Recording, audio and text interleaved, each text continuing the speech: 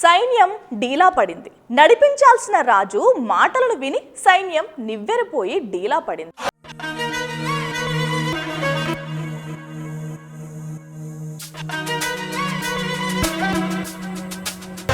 రాజు గట్టిగా నిలబడాలి, గెలుపు మనదే అని చాటాలి, నేనే రాజుని అని కూడా బిగ్ సౌండ్ చేయాలి. కానీ యుద్ధం ఎవరి కోసమో చేస్తూ సైన్యాన్ని నడపమంటే సైనికులు ఖచ్చితంగా డీలా పడతారు. ప్రస్తుతం జనసేనలో అదే జరుగుతోంది. ఇలా ఎందుకు అంటే పవన్ కళ్యాణ్ చేస్తున్న ప్రకటనను చూసి అని అంటున్నారు. ఆయన లేటెస్ట్ గా శాసనసభలో బాబు 5 కాదు మరో 10 ఏళ్లు సీఎం అని స్టేట్మెంట్ ఇచ్చేశారు.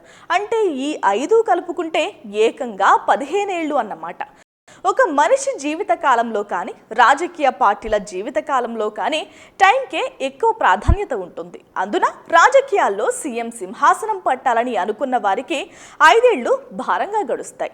వైసీపీ ప్రభుత్వం అదే భారంతో తలక్రిందులవుతోంది. మరి జనసేనలో అయితే ఆశలు రెట్టింపుగా ఉన్నాయి. అవి ఏ రోజుకి ఆ రోజు మరింతగా పెరుగుతున్న వేళ ఈ స్టేట్మెంట్తో శ్రేణులు పూర్తిగా డీలా పడిపోయారనే అభిప్రాయాలు వ్యక్తమవుతున్నాయి. తమ నాయకుడు పవన్ కళ్యాణ్ సీఎం అవుతారని కళ్లకు ఒత్తులు పెట్టుకుని ఎదురు చూస్తున్న జనసేన సైనికులకు పవన్ తాజా పోకడలు నిరాశలో ముంచుతాయనే అభిప్రాయం పలువురు వ్యక్తం చేస్తున్నారు. పవన్ తో ఉంటూ ఆయనను కాపు కాస్తూ కంటికి రెప్పలా చూసుకుంటూ వస్తున్న అపరిమితమైన అభిమాన జనం ఆయననే సీఎంగా భావిస్తున్నారు. కానీ పవన్ మాత్రం మరో 10 నుంచి 15 ఏళ్ల పాటు బాబే ఏపీకి సీఎం అని చెబుతున్న మాటలు వారికి ఏ మాత్రం రుచించడం లేదని అంటున్నారు.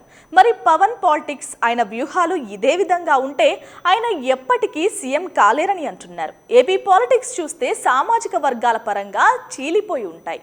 చంద్రబాబుకు కమ్మలు, జగన్ కి రెడ్లు మద్దతు ఇస్తున్నట్టే పవన్ కి బలమైన కాపుల మద్దతు ఉంది అని అంటారు. అయితే పవన్ ఇప్పుడు ఇచ్చిన స్టేట్మెంట్తో జనసేన నాయకులకు, అభిమానులకే కాదు ఒక బలమైన సామాజిక వర్గానికి కూడా ఏమీ అర్థం కాకుండా పోయిందని అంటున్నారు.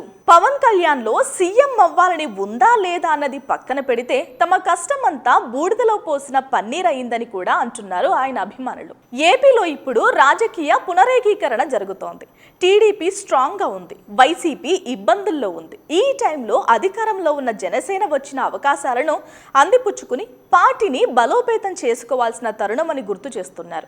అటువంటిది ఈ సమయంలో ఈ తరహా ప్రకటనల వల్ల పార్టీ బలోపేతం కాదని కూడా అంటున్నారు. ఈ నేపథ్యంలో ఏపీలో బలమైన థర్డ్ ఫోర్స్ గా జనసేన ఉంటుందని భావించి ఇటీవల కాలంలో చాలా మంది ఆ పార్టీ గూటికి చేరుతున్నారు. మరి వారి చేరిక పక్కన పెడితే పవన్ తాజా ప్రకటనతో కొత్త వారు ఈ వైపుకు వస్తారా అని కూడా చర్చ అయితే నడుస్తోంది. ఇక మరో దశాబ్దం పాటు పొత్తు పార్టీగానే ఉందామనుకుంటే కుదిరేది ఎలా అన్నది కూడా ఒక బిగ్ డిబేట్ గా ఉంది. మొత్తంగా చూడాలి మరి ఏం జరగబోతోందో. Please subscribe .news.